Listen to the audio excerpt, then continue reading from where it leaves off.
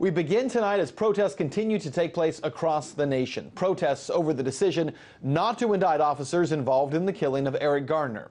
Tonight in Brooklyn, New York, superstar LeBron James wore this "I Can't Breathe" t-shirt before the Cavs game against the Brooklyn Nets. James, along with a teammate, decided to wear these shirts after Derrick Rose warmed up for the Chicago Bulls on Saturday wearing his "I Can't Breathe" shirt. James called that move spectacular. Outside the Barclays Center, large protests are now underway. We have coast-to-coast coverage of protests in Washington, D.C., where intersections were shut down tonight, as well as Lindsay, France, in California, where protests have been turning violent over the weekend. But let's begin with Alexey Yaroshevsky. He's in New York, where what protesters are calling the royal shutdown is underway. Alexey?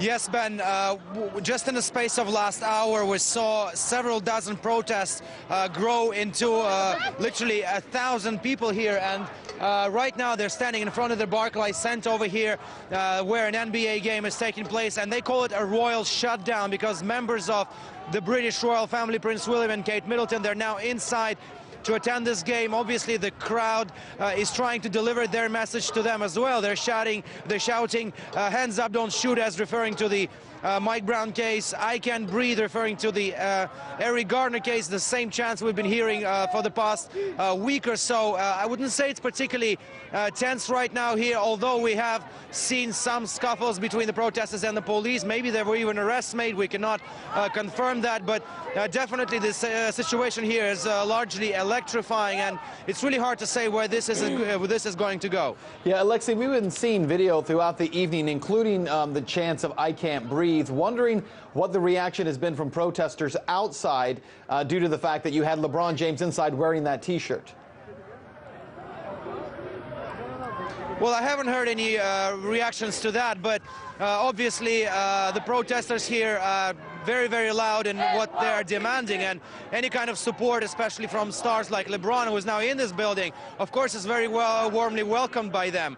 The question is whether these protests will, this particular protest will last here, and whether there will be any confrontations with the police, because the police presence here is literally huge. Several hundred policemen who I've seen cruising around this particular place here. But now it seems that the protesters are moving somewhere, as you can see, and we have to wait and see where this is going to go. And when they move, they certainly move fast. Any word, Alexey, last question for you, if there's been any delay for people trying to get into the Barclays Center tonight? Well, not that I saw, because the gates were opened at about 7 p.m. and the protest was really small by then. But closer to 7:30, literally hundreds and hundreds poured in here. But I have not seen any problems for the people to get into the Barclays Center. Although now it is completely blocked down, completely shut down. That is something that the protesters were pretty much opting to do here. Yeah, the shut it down is what they were calling for. Alexey, thanks for that. Lindsay, let's go to you.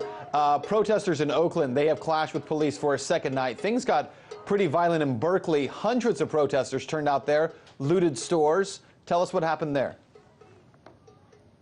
Well, first off, Ben, in Oakland, hundreds gathered and effectively shut down Highway 24. And then, according to California Highway Patrol's Twitter feed, protesters launched explosives into the law enforcement ranks. It was then that the tear gas was turned on and arrests were made, not only to contain the violence, but also to open up the highway. And then further away in Berkeley, actually, the University town, as you know, is no stranger to very impassioned protests, but it did turn violent. Local stores were looted, dumpsters were turned upside down, fires lit inside of them, just like in Oakland. So we saw a lot of violence erupt, and really in California, up until this point, when the Garner non-indictment verdict came out, California had been relatively quiet, but we saw it erupt this weekend. Now, also in Hollywood, here in Los Angeles, there was a sort of blackout. Protesters on Saturday led a pre-scheduled demonstration where they laid across the ground, simulating, dead bodies littered on the ground from police bullets. That lasted a while. There was another protest after that. What really sparked a lot of the passion on Saturday in Hollywood was a shooting that took place. It was an officer-involved shooting on the same streets where those protests were planned. It was actually one of the street actors who impersonates movie characters and celebrities. He had a pocket knife. Police spotted that. A call went out about an assault with a deadly weapon. Police showed up and gunned him down. There was a lot of passion about that on Saturday. So again, we're watching California very closely to see what will happen the rest of the week, and especially this weekend as these universities let out for Christmas break. We could be seeing more action, so we'll have to pay very close attention. RT correspondents Alexey Yaroshevsky and Lindsay France, thank you both.